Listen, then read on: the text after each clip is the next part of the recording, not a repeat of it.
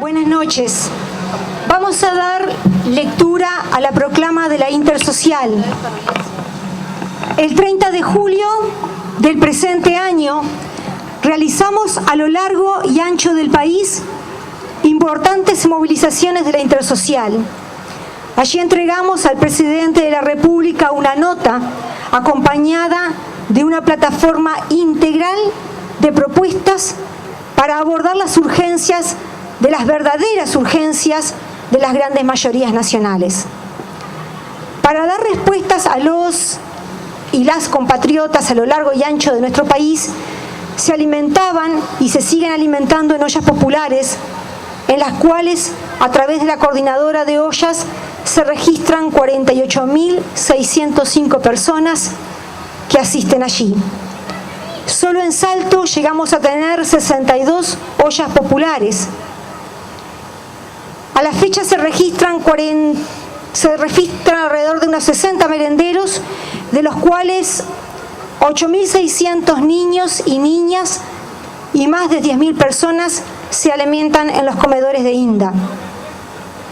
A las mujeres que, producto de la emergencia social, sufren el agravamiento de la violencia machista, a las personas que en el marco de la emergencia sanitaria quedaron sin ingresos, a las miles de trabajadoras y de trabajadores que se ven en la obligación de acogerse al seguro de paro. Dijimos entonces y reafirmamos hoy: las respuestas que proponemos no son fórmulas cerradas, no son recetas infalibles, son propuestas que desde las más de 60 organizaciones que integramos a lo largo y ancho del país, la Intersocial, acordamos para poner en consideración del gobierno. Desde aquel 30 de julio no hemos recibido una sola respuesta por parte del gobierno a un solo punto de nuestra plataforma. Lo que no podíamos ver con indiferencia y a lo que al día de hoy seguimos sin poder ver indiferentes es que antes estas situaciones que día a día generan dolor, incertidumbre, desesperación en miles de familias uruguayas, el Estado no construya respuestas globales que las amparen. Esa es la responsabilidad que como parte del movimiento social asumimos: movilizarnos para que los derechos de las personas se puedan ejercer, para que la dignidad no sea un privilegio, para que salgamos de esta situación sin que nadie quede por el camino. Seguimos esperando la respuesta del presidente de la República ante nuestras propuestas, pero por sobre todo ante estas situaciones tan dolorosas para nuestro pueblo. En este momento de pandemia es inadmisible que no se atiendan derechos fundamentales como la vivienda, salud, educación y trabajo genuino. La crisis actual la estamos pagando las y los trabajadores, también las pequeñas empresas, mientras el gran capital es el que se ampara en esta política de gobierno bajo el esquema de que la palanca del crecimiento son las empresas. Lo que decimos lo reafirma la CEPAL cuando señala que Uruguay solo ha invertido el 0.7 del PBI a la hora de enfrentar las consecuencias sociales de la pandemia. Nuestra preocupación es aún mayor cuando vemos que la estructura del presupuesto que presenta el Poder Ejecutivo no contempla la situación extraordinaria que vive nuestro país y que vive el mundo. El presupuesto nacional es la expresión programática de los planes de gobierno. Es el instrumento de política económica y social más relevante de un gobierno.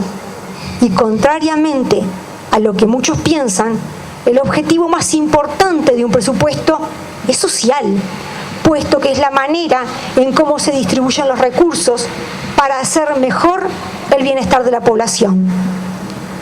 A nuestro entender, este proyecto de ley del presupuesto nacional se apoya en una idea central de la reducción del déficit fiscal. Desde esta perspectiva, es imposible no vincularlo con la reciente aprobación de la Ley de Urgente Consideración. En ese sentido, la LUC se vuelve el brazo ejecutor necesario para la implementación efectiva del mismo. La incorporación de una regla fiscal asociada al gasto prevista en la LUC limita la asignación presupuestal. La caracterización que se hace de las bondades del mercado y de las ventajas de la competencia como mecanismo para alcanzar los mejores niveles de eficiencia forman parte de una idea exclusivamente mercantilizadora de pensar el rol del Estado. Privilegiar los aspectos económicos por sobre la calidad de vida de las personas o el bienestar social es propia de los gobiernos de corte neoliberal. Lo que es aún peor, desconoce la historia económica de nuestro país, en tanto el resultado de estas recetas, cuando fueron aplicadas, fue el desmantelamiento de la industria nacional, la pérdida de la competitividad y el empeoramiento de las condiciones de vida. Sí.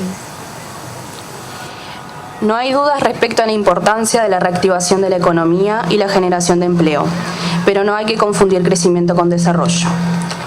El crecimiento económico no garantiza el desarrollo. Crecer puede ser una condición necesaria, pero no suficiente para mejorar la calidad de vida de las personas. Lo más urgente para los sectores populares es el trabajo, que para nosotros se constituye en la verdadera fuerza que genera riqueza en el país, así como una malla de protección de lo social, una batería de políticas sociales que reviertan las desigualdades de base que enfrentan nuestros niños, niñas y jóvenes, las mujeres, nuestros jubilados y jubiladas, los colectivos de la diversidad, las personas afrodescendientes, las personas con discapacidad, en acceso a la educación, a la salud, a la vivienda y los cuidados.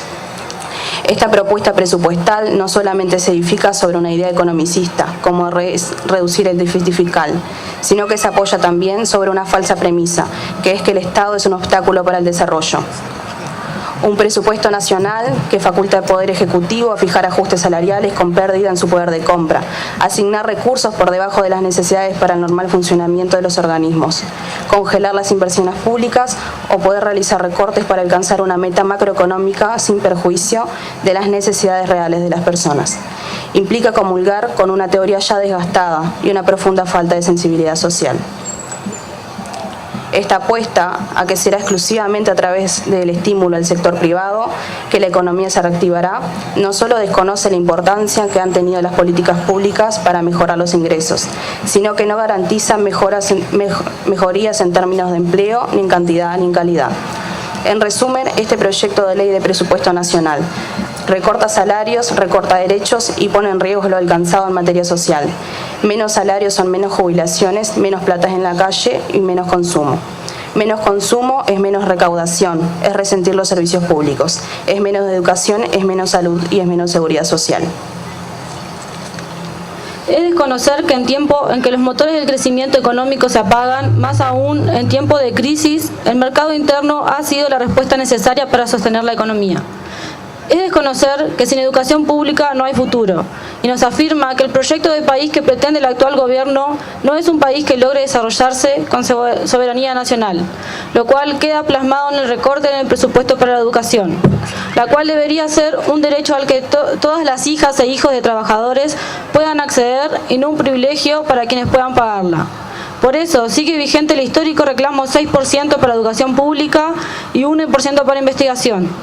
Defender nuestra Universidad de la República, nuestro hospital de clínicas y la educación de calidad en todos los niveles es necesario para que las desigualdades no se sigan profundizando. La respuesta a las problemáticas sociales es garantizando derechos y evitando cualquier tipo de desborde represivo. En los últimos días hemos visto con enorme preocupación intentos de responder a los justos reclamos populares recurriendo a mecanismos represivos. Los problemas sociales se resuelven con respuestas que garanticen el cumplimiento de derechos. No hay otra vía en sociedades democráticas. Resulta inadmisible que el 52% de la población del país, las mujeres, no reciba el respaldo del Estado a la hora de vivir una vida libre de violencia. ¿De cuál seguridad hablamos si el compromiso del Estado ante esta emergencia nacional es postergar el cumplimiento de la Ley 19.580, no brindando un sistema de respuesta integral y el acceso a la justicia que nos corresponde por derecho? La violencia hacia las mujeres, niñas, niños y adolescentes, la violencia y abuso sexual que tanto repudiamos pero tan presente está en todos los sectores que integra la sociedad uruguaya. En estas condiciones presupuestales suman perpetradores. El Estado y el sistema político son responsables, sostienen cada agresión con su negligencia y abandono. Nuestro país se ha visto conmocionado por una revelación que ratifica una vez más la brutalidad, la atrocidad que vivimos las uruguayas y uruguayos durante la última dictadura. Los contenidos del acta de tribunales de honor a Gilberto Vázquez explicitan por boca de uno de sus ejecutores las políticas criminales del terrorismo de Estado ejecutadas a partir de decisiones institucionales de civiles y militares. Tenemos la responsabilidad histórica como sociedad de erradicar de nuestra democracia los mecanismos que amparan la impunidad. No es posible edificar una democracia sobre la base de la mentira, el engaño, el ocultamiento. El sistema político, los distintos poderes estatales, las organizaciones sociales, la sociedad toda debe trabajar en la superación de la impunidad como una cultura, un andamiaje institucional y una estructura de poder que sigue perpetuando la violación de los derechos humanos. El desafuero solicitado por el Poder Judicial al senador Guido Manini Ríos es una exigencia de la democracia para evitar cualquier tipo de distorsión a los avances que permitan determinar las responsabilidades del Estado en la dictadura. El Estado debe garantizar que nada impida ni obstaculice las investigaciones futuras de los hechos y la sanción de los responsables. También establecer y sancionar todas las conductas que hayan obstaculizado esas obligaciones. Dentro de estas últimas, la conducta de los militares que, teniendo conocimiento de hechos delictivos, lo ocultaron. Los avances concretados en este sentido responden a la lucha permanente de las organizaciones sociales, especialmente de la Asociación de Familiares de Detenidos Desaparecidos, que han permitido que luego de años de impunidad hayamos ingresado por primera vez a los cuarteles recuperando los restos de compañeros desaparecidos, tímidos avances en la determinación de las responsabilidades civiles y militares en la violación de los derechos humanos. La democracia uruguaya no admite más demoras. Es tiempo. Verdad, justicia y memoria. Nunca más terrorismo de Estado. La Intersocial, organización que nuclea las más variadas expresiones de organizaciones populares, se moviliza hoy exigiendo, una vez más, respuestas ante la emergencia social, reclamando un presupuesto justo que atienda las urgencias, las verdaderas urgencias de nuestro pueblo.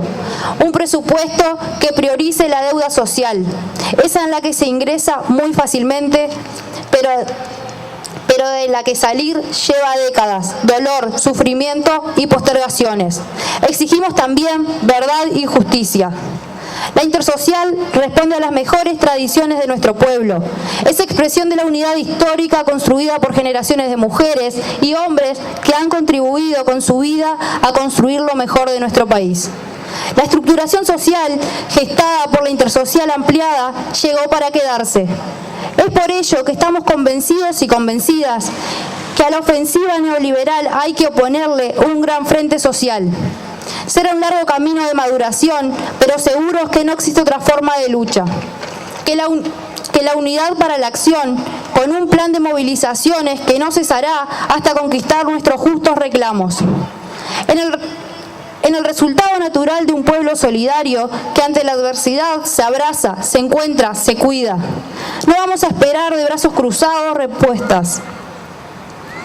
Las construimos a diario en cada lugar en el que nuestra sociedad genera respuestas ante la emergencia, ante la injusticia, ante el dolor de las personas.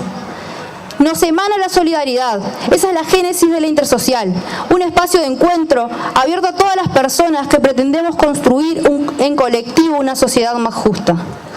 Un país en el que el dolor no nos sea indiferente, en el que la injusticia no sea el resultado de la desidia. Nuestro país y el mundo enfrentan circunstancias complejas. Nuestro compromiso es contribuir, desde el lugar que nos toca, a fortalecer la organización popular, las respuestas solidarias y el derecho a soñar con una sociedad en la que la injusticia no se transforme en normalidad. Hoy nos concentramos acá con el compromiso de seguir sumando fuerzas y en este marco convocamos a sumarnos al paro general activo del 17 de septiembre junto al movimiento sindical por trabajo, salario, educación, salud y vivienda.